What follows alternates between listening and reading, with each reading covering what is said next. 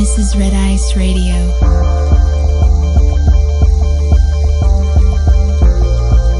From the visible to the obscure.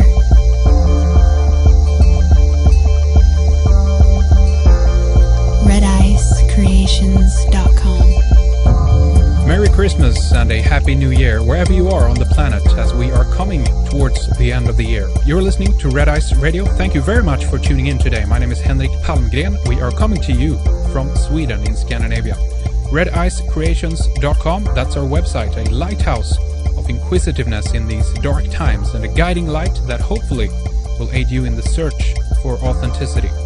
We have a very important program for you today with Jeanice Barcelo, who is with us to discuss hospital birth trauma, mutilations of babies, and the satanic elite protocol of hospital births. As you know, it all starts with the little ones, and here is where we can begin to break an abusive cycle. Jeanice is a birth doula and independent childbirth educator specializing in the prevention and healing of birth trauma. She is an international speaker, TV and radio show host, and founder of the forthcoming Earth Preparatory School for Conscious Procreation. Jeanice has been an independent childbirth educator for the past 7 years, offering educational seminars and teacher trainings. And we are going to discuss the disturbing aspects of standard baby delivery protocols and procedures within the hospital. Many unnecessary and insane procedures are now commonly accepted as being part of a normal standard hospital birth process. Stay tuned for much more. Welcome to Red Ice Radio, Jeanice Barcelo. It's good to have you here. Thank you for taking the time talking with us here today.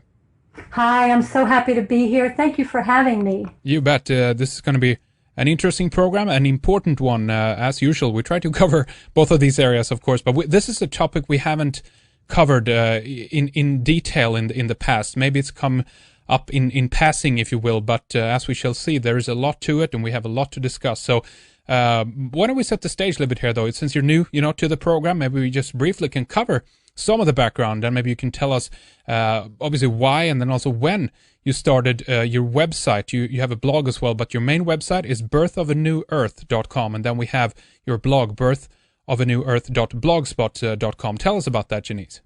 Well, I started my website about 4 years ago, I guess it was, and it started after my own personal journey giving birth to children and the difficulties that I've had as a result of hospital birth and the violence that I experienced during hospital birth. From my experience, I began to study birth trauma and to understand how trauma affects the mind, how trauma affects the human capacity to experience love, and how trauma, affects our capacity to have a joyful, healthy life. And the literature and the information about birth trauma took me into information about trauma-based mind control, which is what the United States government has been up to for several decades, and probably governments worldwide are also trying to understand how to control human beings and, control the world. So when I began to study trauma-based mind control, I also began to see that hospital birth protocols were mirroring the techniques that were being used in trauma-based mind control.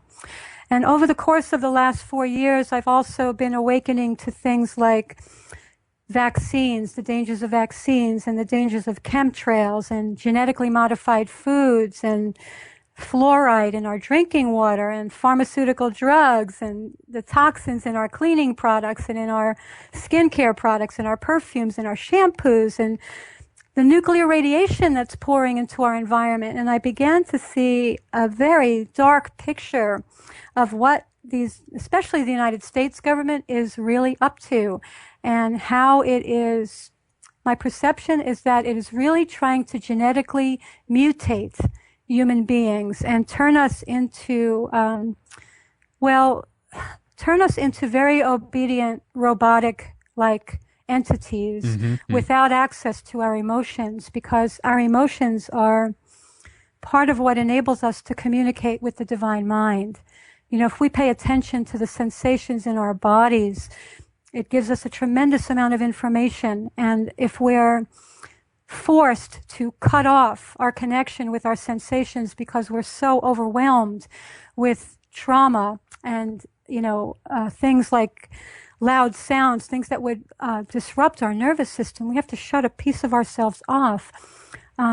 This makes it easier for them to control us because we're not able to access the communication with creation. So what I'm saying is that we are being conditioned to be in service to the elite. There's a few elite families that really want to control the world, that are controlling most of the world's governments right now, and that are deliberately trying to genetically modify the human species. And there isn't just the one thing, as we mentioned, obviously, Jeanice. We have a big list of many, many different issues that are detrimental. But what I found interesting about your work is that you're watching this from the point of view of birthing and children, of course, because it all starts, if not in that first year, definitely the first couple of years that we have. And the question is how.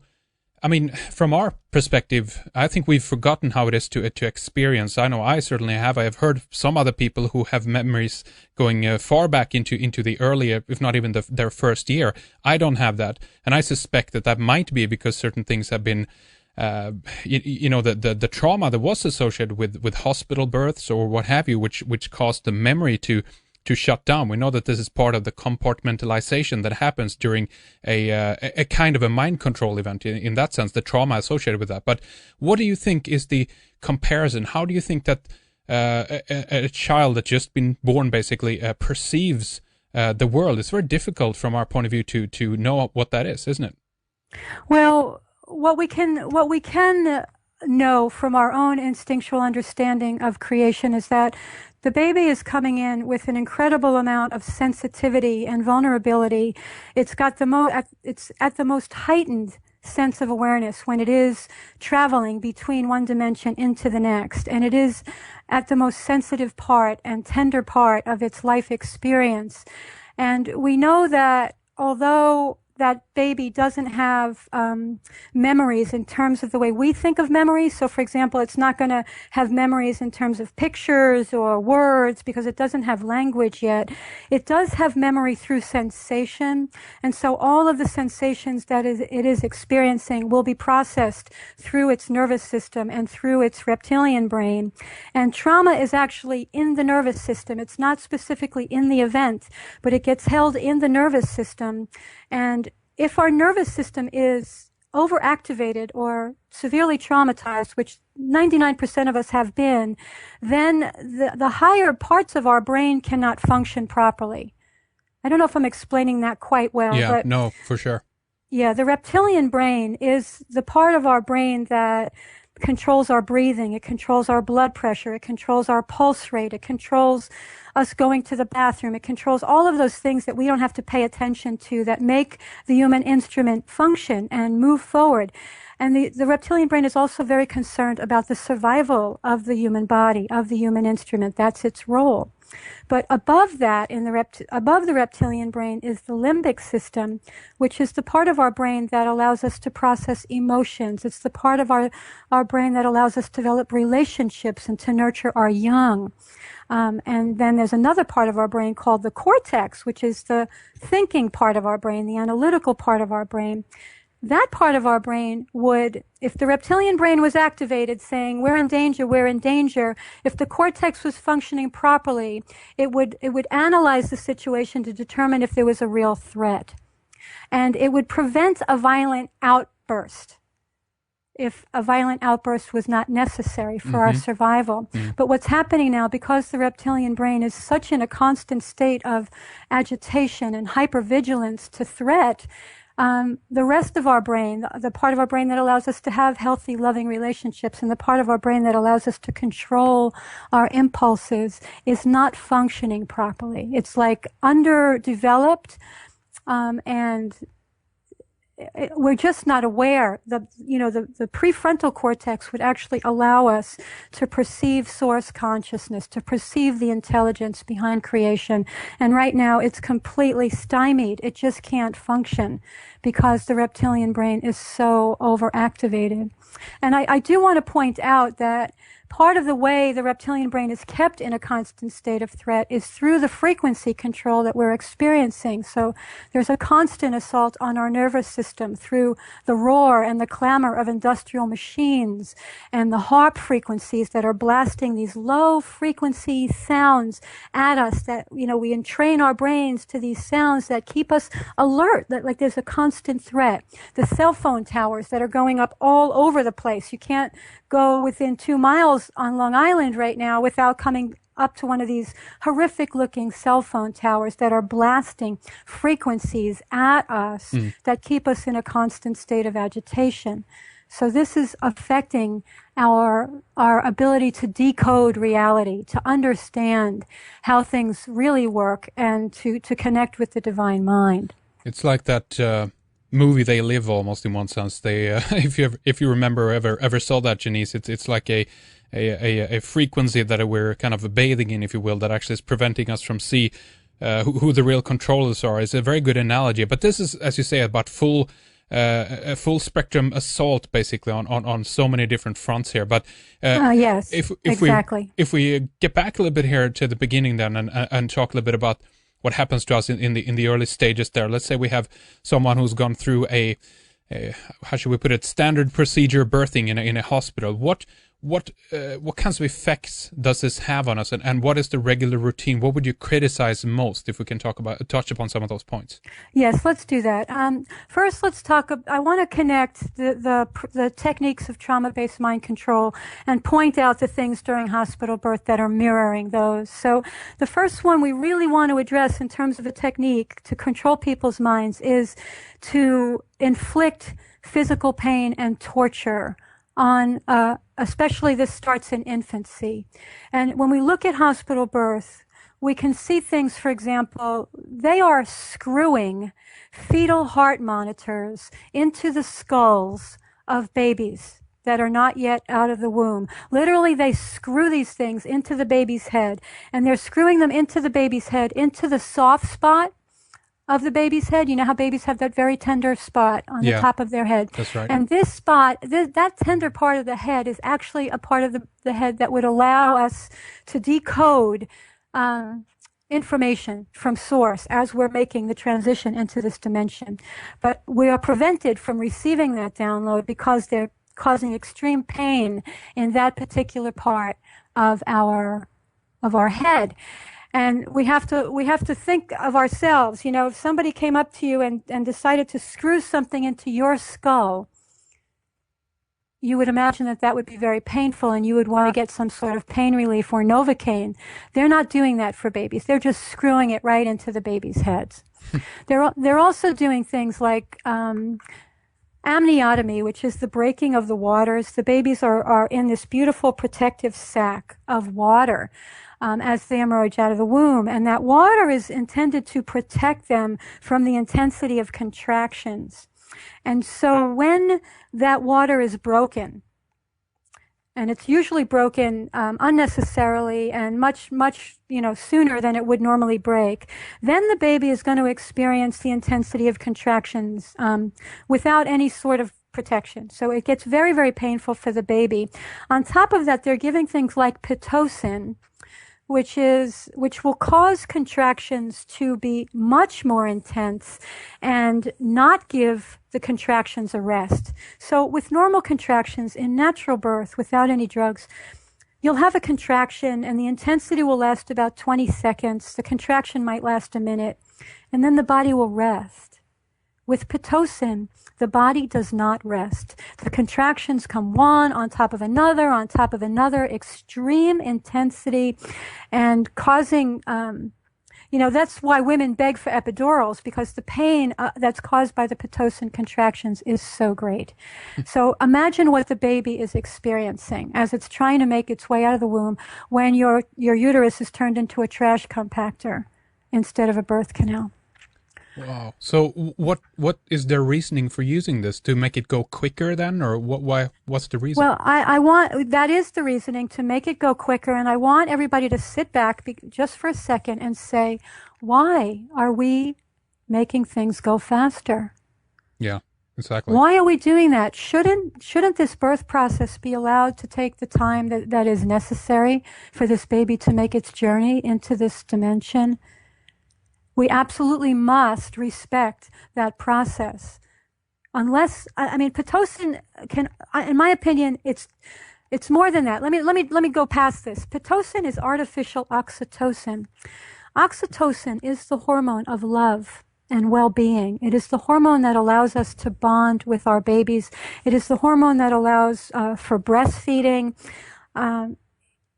When you inject artificial oxytocin into the body of a birthing woman, you are preventing that woman from having natural oxytocin release into her system, and thereby preventing bonding from happening. If the oxytocin is not flowing through that mother's body, natural oxytocin, she's going to have a hard time bonding with her baby. She's going to have a hard time breastfeeding. Her baby is going to have a hard time because it is the mother's release of the oxytocin that will activate the baby's brain to release oxytocin as well. And that baby is going to be stunted for the rest of its life if it does not have the opportunity to release that oxytocin at birth. Quite seriously, it is a window of opportunity, the moment of birth, that will never ever happen again. And if love is interfered with, and it always is, always in hospital birth, there is not a time when it is not interfered with. When love is interfered with during that moment, then love is going to be interfered with throughout life. Unless we have conscious awareness of what's happened to us and seek holistic tools to revisit those windows of opportunity that were missed, to activate those parts of our brain. Yeah, go ahead. I was just going to say, it's very, very deep and very, very methodical what they're doing. Human love is also our power. It is our power to feel God. It is our power to know what life is and to experience life the way it was intended to be. And they are deliberately interfering with our capacity to experience and access authentic experiences of human love. I want to, in terms of physical pain and torture, I also want to talk about what's happening in the neonatal intensive care units. And I want to remind everybody that 1 in 9 babies, at least in the United States, is now ending up in the NICU, the neonatal intensive care unit. And what they're doing in NICUs is absolutely violent to babies. So, for example, I had a baby in a NICU unit, by the way, and I watched what they did to her. And I almost lost my mind having to witness the intensity of what they were inflicting on my infant. So, for example, they would daily shove tubes down her throat and through her nose, in and out, in and out, in and out. She was being repeatedly jabbed with needles several times a day in some of the most sensitive places on her body. So her toes, every single day, probably 8 times a day, were being jabbed with needles. They were putting IV lines through her head, through the... all of her veins were collapsing, and so they would stick the IV lines into her head. They were, what I found out later was that they did surgery on my daughter without anesthesia. What they do with babies in NICU units is they give them paralyzing drugs so that they cannot move, but that they feel every single thing that is being done to them. These babies are unable to make human contact, unable to have any skin-to-skin contact with another human being. There's extreme sensory deprivation in the form of loving touch. The only touch that these babies get are touches of torture, painful, very painful stimuli. And yeah. As I talk about it, I get activated. Oh, I understand. Of course. Yeah. How important would you say it is that they get to feel their mother first thing instead of being, poked and prodded and all these other things that happens to the children in those early moments just after they're born, See, the importance of skin-to-skin contact cannot be overstated, because when a mother is allowed to smell her baby, when her baby is allowed to feel the mother's body, to smell the mother's body, to hear the mother's heartbeat, to feel the mother's touch, these are all things that allow for the neurobiology of love to activate during birth. What's happening in hospitals, for example, is the baby will be born, they'll take it away, they'll whisk it away, they'll cut the umbilical cord, do all these awful things, and then bring the baby back when it's all swaddled in these toxic blankets. Animals in nature, if there's anything off with the scent of their young, they will not recognize their babies as their own. And this is what we're doing to human babies and to human mothers. We're not allowing them to smell each other. We're preventing the neurobiology of love from activating. And all of these sensory mechanisms through touch are extremely important aspects for proper brain activation and development. And infants are being denied this. So there's a disassociation right away with the mother, maybe down the line the father as well, correct? Absolutely. The other thing that they're doing, I want to talk about this, is that they're putting ointment, gunk, in babies' eyes. And so eye contact is the other means by which the activation of the neurobiology of love can happen. And fathers also should make immediate eye contact with their babies, because that allows them to be part of that unit, because all mother, father, and baby then can be bonded through the neurobiology of love just through eye contact. Now they're putting this gunk in babies' eyes, right? They called it erythromycin ointment or something to prevent babies from going blind. Bullshit. Excuse me. Yeah. I know, to prevent babies from actually experiencing love and to prevent their parents from experiencing love. That's the only reason that it exists. I don't care what they say. They're lying. What do you make of, there's other procedures earlier in the pregnancy as well, like ultrasound. I always have an instinctual sense that this cannot be good in some way. What do you know about that? Well, if we think about being blasted with high-frequency sound waves through sonograms and through fetal heart monitors during the birth process, let's think about what happens to the whales and the dolphins when they blast these high frequencies into the ocean. And we know that the whales are actually having brain hemorrhages, beaching themselves and dying. I'm not saying that it's that level of intensity being blasted at babies, but I am saying we need to be very concerned, because those frequencies are part of the mind control process, and they are specifically for the purpose of disrupting the proper development of the nervous system and the brain.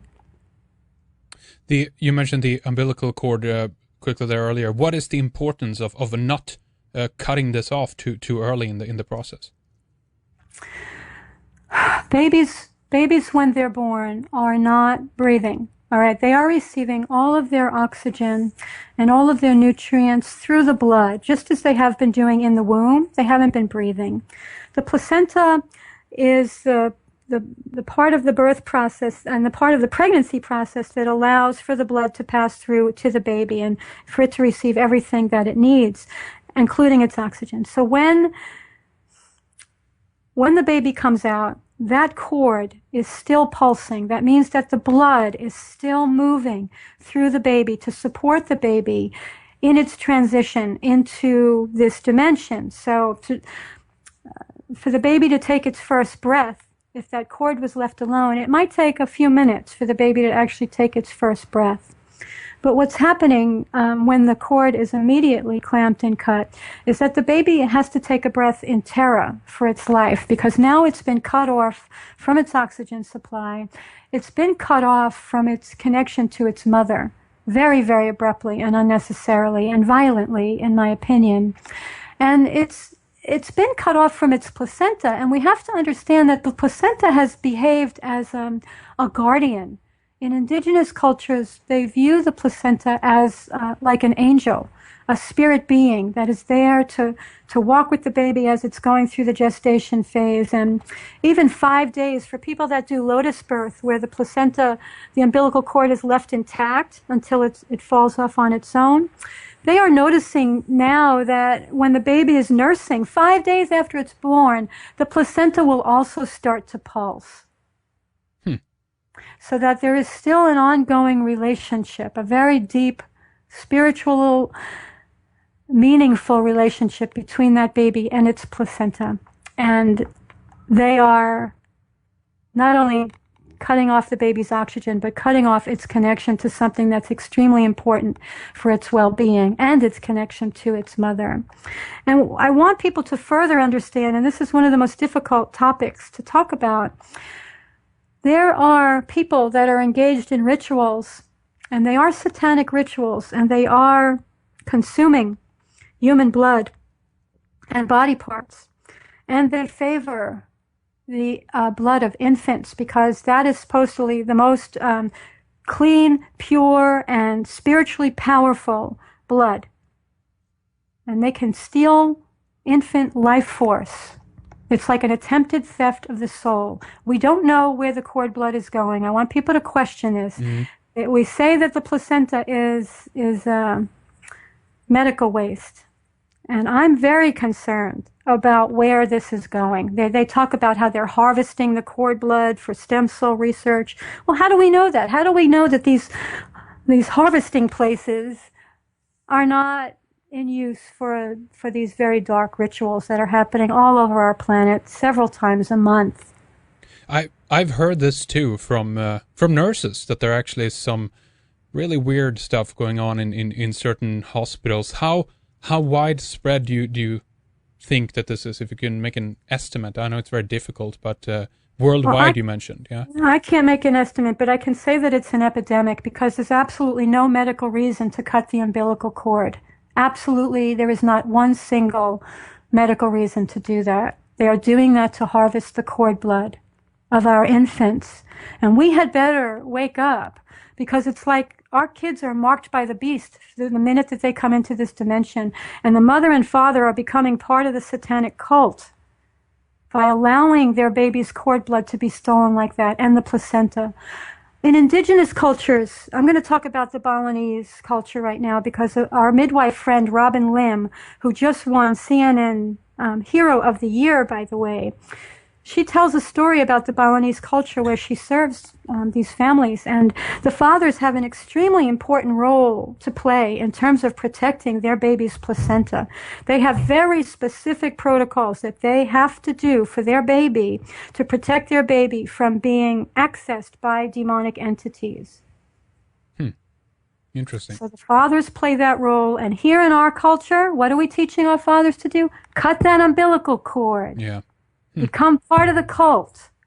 Hand over your kids to this systematic darkness that has now almost taken hold on every aspect of our lives. And then as an extension of that, of course, Jeanice, we have people obviously signing away their children to the system with the aid of the birth certificates and everything else that comes after that. But again, this is what we're talking about is the initial point here. It's absolutely horrible. And I want to try to get to when you think that this was brought in. There must be a history to this, because as I mentioned before, we have a scenario where we have mankind doing well for millions of years potentially, and then all of a sudden it's like these young women are told that they're not allowed or cannot have a child on their own. Basically, this is like the Western medicine system has it hooks deep into our consciousness in that sense, and our psyche, and the way that we overturn ourselves to this kind of the men in the white coats, the authority here. How did this happen, and when do you think?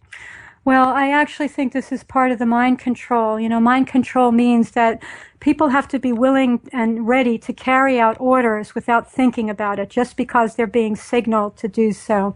And right now, that's what parents are doing. They're marching into hospitals. They're handing over their babies for circumcision. Let's talk about that in a few minutes. Yeah. But there's several things to talk about here with respect to why we are doing this. And what I know because of my study of birth trauma is that when we are born in hospitals and when we are traumatized during the hospital birth, as women, it is much less likely that we're going to have an easy time giving birth after that, because our bodies do not have a memory that would allow us to give birth gently and naturally, you see? So what's actually happening because of the birth trauma from the first generation of hospital birth babies is that we really cannot give birth gently or easily. Our bodies have no coding for it. We didn't come in. When I was born, my mother was given a drug called scopolamine. My mothers were tied down to the beds. They were having convulsions. They were having hallucinations, and they were giving birth to their babies without any conscious awareness of what they were doing. All right, babies were being, and still are, being pulled out of the womb with forceps. My grandmother's baby was killed because of those forceps. They gave that baby a brain hemorrhage, and it died. The lineage of birth trauma goes from generation to generation to generation until somebody like me has such a hard time giving birth to a healthy baby and in a gentle and loving way. Then it's time we get conscious and find out where are the roots of this difficulty giving birth. What is going on? Yeah. And that's when we decide we're going to break this chain. We're not giving birth in hospitals anymore. We got to get hip to what's going on in hospitals. That's right. Yeah. Let's see. What is that other thing they called the venthouse? Is that what you call it? Another gadget they use to create a vacuum to pull babies out. Have you heard about that? No, I haven't heard about that. Yeah, Okay. so they're sucking babies out of the womb. They're pulling them out with forceps. They're cutting them out. You know, part of the physical pain and torture. I've talked to mother after mother after mother that had to undergo a C-section, and the anesthesia hadn't taken effect. So they're feeling the quote-unquote surgery as the baby's being pulled. I mean, it's insane. It is insane. So again, can we go back to this point of when this began and how inclusive the knowledge of this is? Because let's go back to a doctor who's being educated to for child delivery and so forth. They must, on some level, just believe that what they're doing is the right thing, correct? Or do you think that something else is going on in the education part here? I mean, my understanding is it started with the upper class giving birth in hospitals, and it was sort of what the elite people did, probably because they were initiating their babies into the cult that they were part of. Well, that's a good point. That's an interesting one. Yeah. Well, yeah, absolutely. For sure. And so because all the upper class elite people were doing this, then the middle class and lower class people thought that that was the thing to do and started thinking it was a great privilege to be able to do that. And that's how I think it started. And it's not very long. I mean, hospital birth hasn't been happening, 50, 60 years? Right. It hasn't really been happening that long. But look at what's going on in just such a short time. The escalation of mind control is really mind-blowing. Cesarean section. That's an interesting term, obviously, going back to Caesar or the Tsar. I think there's an etymological connection to that there. But what effects does that have, do you think? Well, I think cesarean section steals, of course, the victory of birth from both the mother and the child. I think it can have very serious psychological effects on the baby, but also the mother. The mother doesn't think that her body works and that her body knows how to give birth. So you have women having 1, 2, 3, 4 sometimes cesareans before they do a VBAC, a vaginal birth after cesarean, to reconnect with their power and their potential. Cesareans also, because you're not going through the birth process itself, will undermine the neurobiology of love for both that mother and the baby. The bonding will be affected. Of course, the mother is not going to be fully conscious. Have you ever seen a picture of a baby and a mother after a cesarean? No, I don't think so. No. What's happening is that the neurobiology of grief activates instead of love, and the mothers are experiencing postpartum depression in a very big way. Some become suicidal because love has not activated, and the body responds to this event as if the baby has died, literally. And don't they give sometimes the mother a drug as well for this? They to try to combat that, but actually makes it worse or something? I'm not sure. I know that pharmaceutical drugs are a fundamental part of the mind control, but I'm not sure about this drug you're talking about for postpartum depression. Yeah, I do know that postpartum depression is epidemic, and it's certainly not part of the original plan. It is a direct result of how we're giving birth to our babies. And hospital birth is a fundamental piece. Well, it certainly is. And how do you perceive that this then is affecting the population on a wider scale? What is, again, if we can just backtrack and go over some of the symptoms that it's causing in society, the way people live their lives? I mean, if everything begins in this initial few little moments, if you will, here, this is causing ripples over all over the planet, the whole society, correct? Absolutely. I think what we're seeing, the most important issue that we're seeing right now is humans are having a very hard time accessing human love, authentic human love. So we're very much driven to be drawn to each other based on carnal desire, sexual impulse. But for people to really have the neurobiology of love, and when I speak those words, I mean that there is a flood of neurochemicals when people experience love, of oxytocin and dopamine and beautiful, beautiful chemicals that allow the system to really experience expansion and well-being. And I never experienced that until I was in my 30s when I married my second husband. He and I would look in each other's eyes, and this experience would happen to me. I never had that with my parents. I never had that during my first marriage. I've never had it since my second husband. I think most human beings have never, ever had it at all. Oh, and what do you think happens when human beings are deprived of this? Or rather, how would it be different if more people experience this, do you think?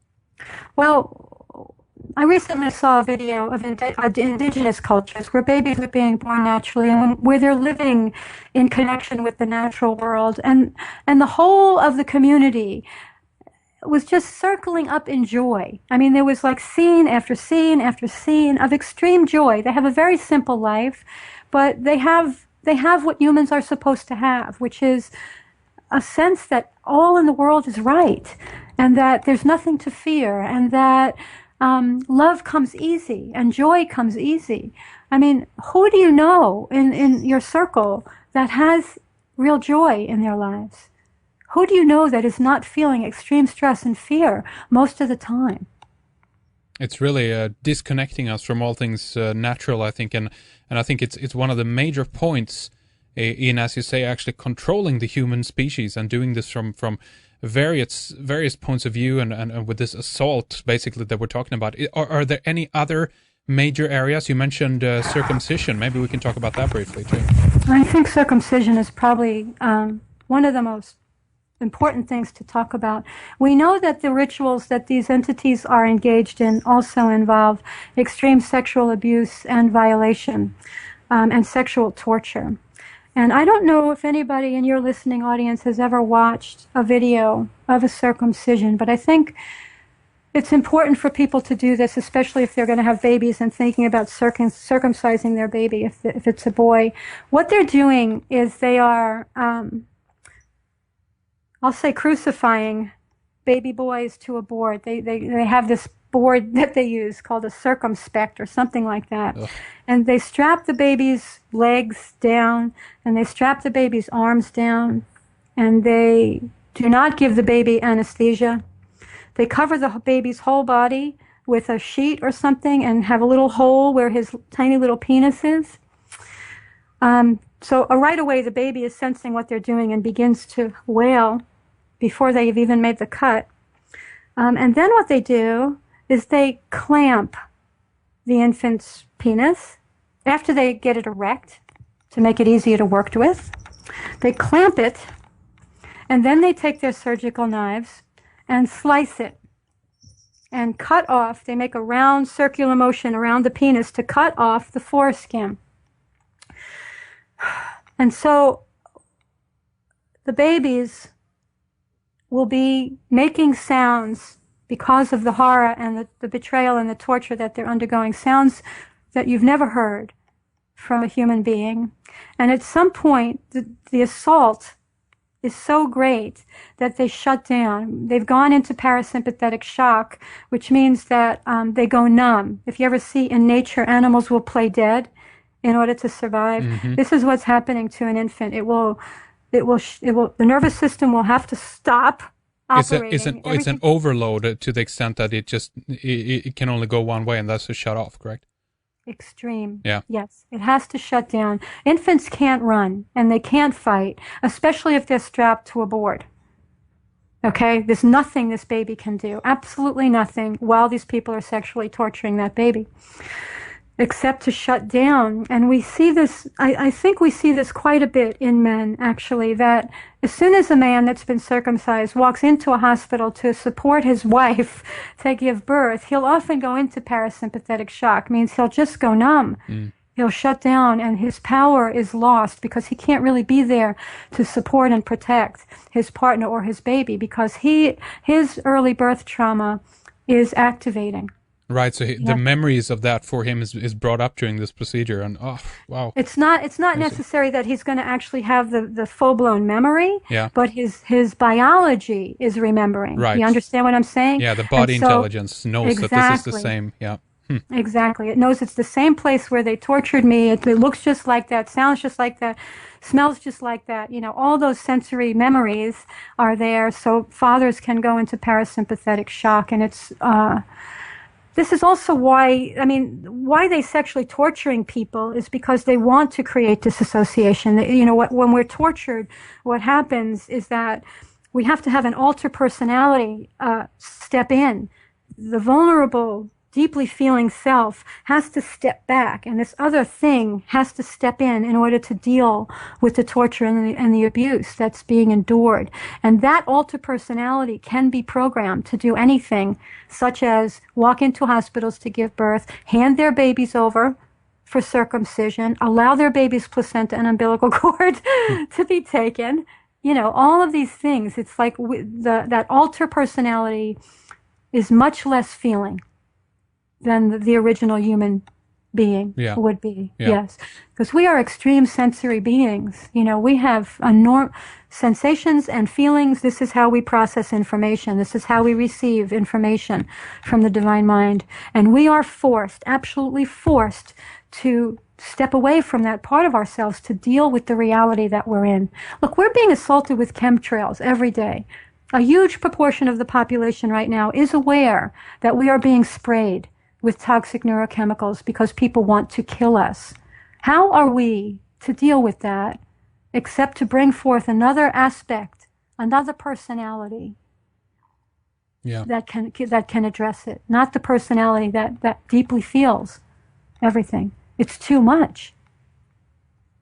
It's too much. Speaking of circumcision, I just want to mention this because I think that's another interesting aspect to that. We hear obviously that this is on top of it a good religious ritual as well, and people who criticize this, like the actor Russell Crowe actually did this a while back, and he's all of a sudden being ousted as being anti-Semitic for criticizing this, and he had to publicly apologize to get some roles in Hollywood again. How long can they hide behind just a religion, do you think, in that sense, and therefore it's a no-no to criticize this? This is a brutal procedure, yes?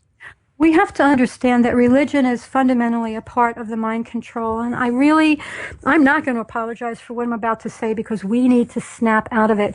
If we look at the Judeo-Christian God, the one that Christians know as the Father, not Jesus, okay? The Father, and the one that Jews know as the Father, named Yahweh, Jehovah, whatever people want to refer to him as. This is a being that absolutely requires circumcision to create a covenant with him. Mm-hmm. He is a being that calls for the sacrifice of firstborn infants. He is a being that wages war, tells his followers to wage war on all these people. He brings plagues on his people. He brings disease. He tells people, go to war and take the women and children as booty. If you look at the amount of violence and misogynistic stuff that this deity brings forth, okay, it's clear to me that is not the force behind life. Yeah. Okay. The entity that we are worshiping, we need to look at this entity and say, what the hell is going on? Christians, this is going to be hard for Christians to understand, but I just explained that Satanists are drinking human blood and eating human body parts because they think that it will make them spiritually powerful to suck the life force of other entities. What are Christians doing when they go to church and they receive the sacrament of the body and blood of Christ? Yeah, that's right. We have to see how this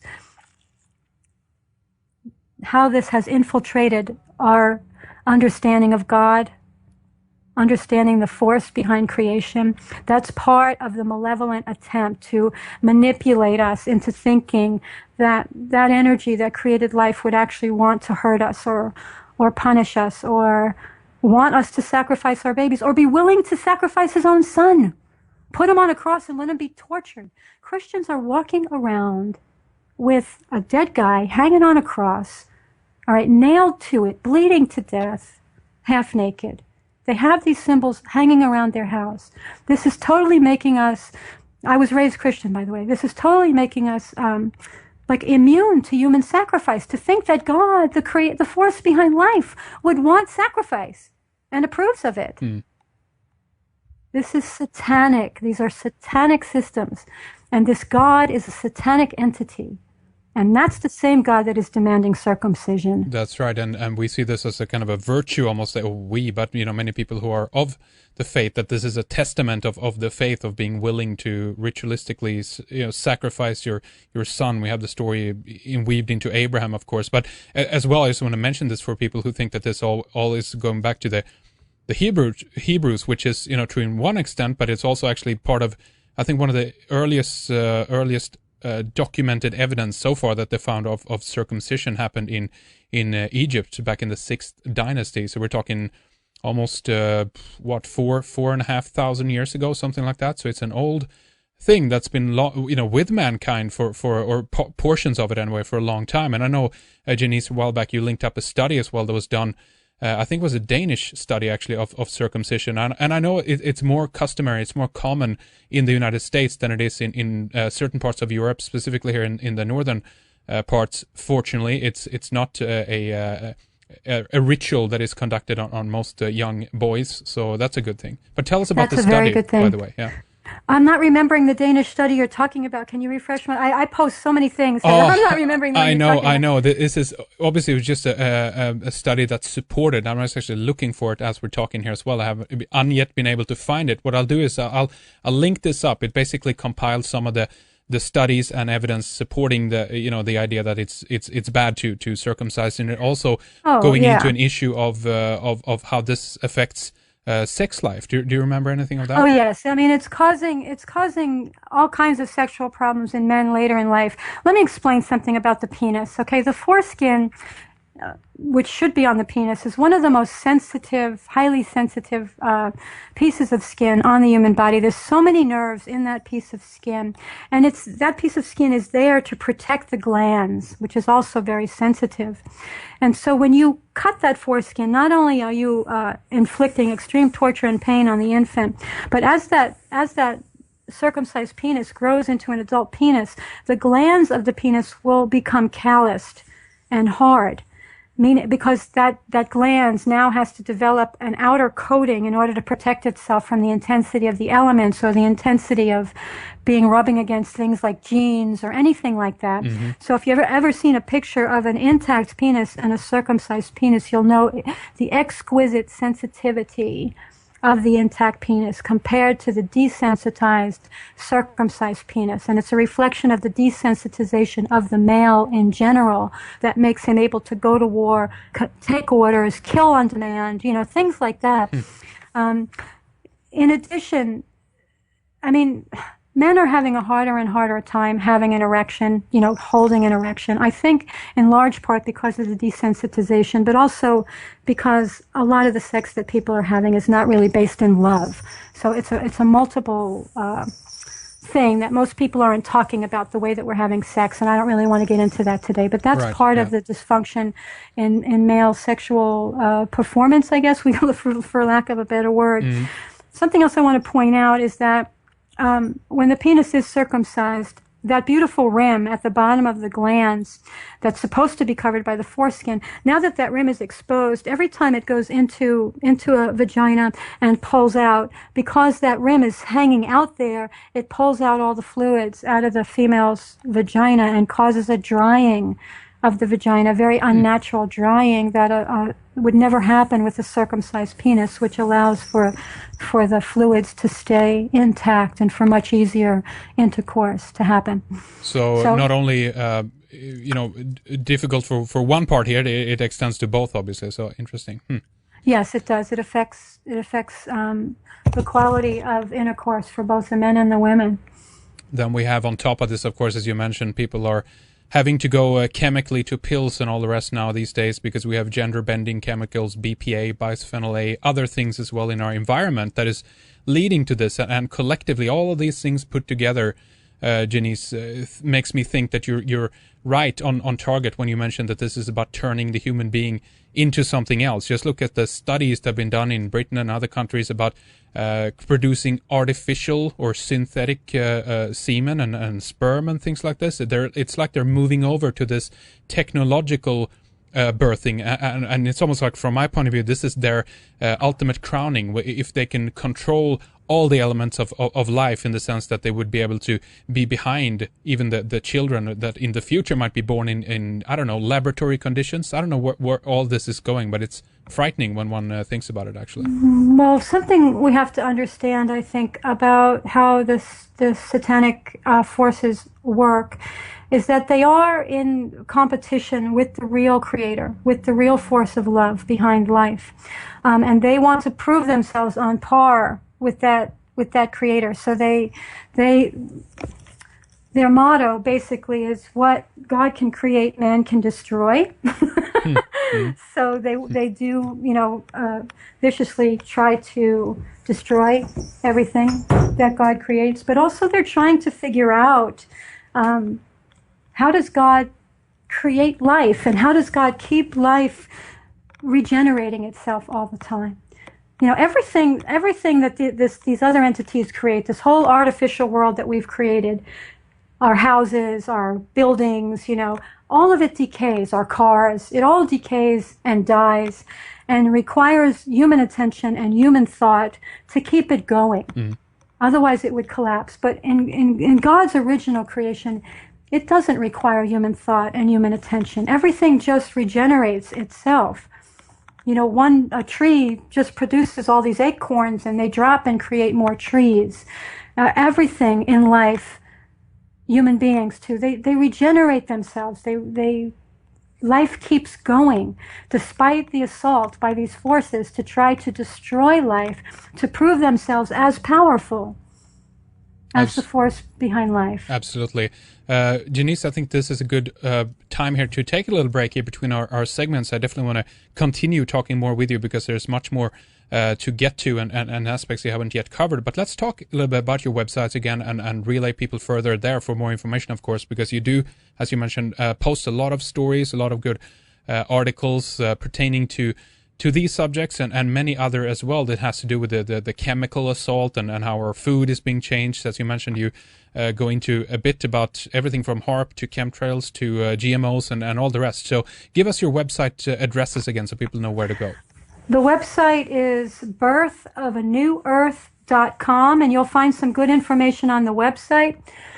If you're looking for in-depth articles and information about vaccines, GMOs, HARP, all the things that are happening, please go to my blog. There's much more information on my blog, which is birthofanewearth.blogspot.com.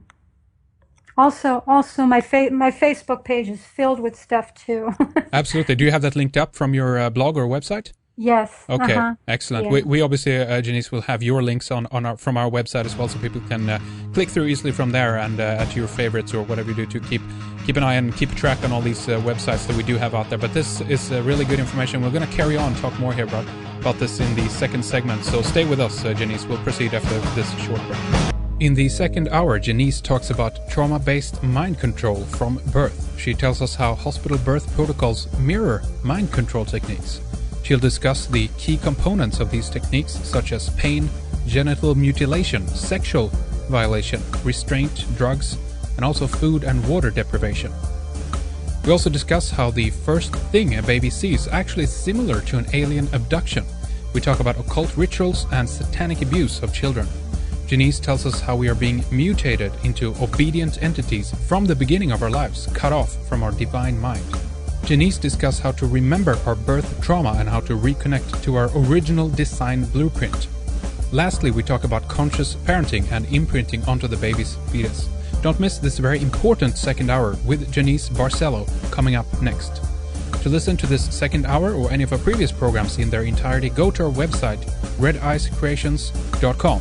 Log in if you're a member to stream or download. Click subscribe if you want to get access to our members area. Also, before we proceed, I want to let you know that our next guest coming on Red Ice Radio is Brooks Agnew, talking about the North Pole Inner Earth expedition in 2012. Will they get to go this time? Tune in to our next Red Ice Radio program to find out more.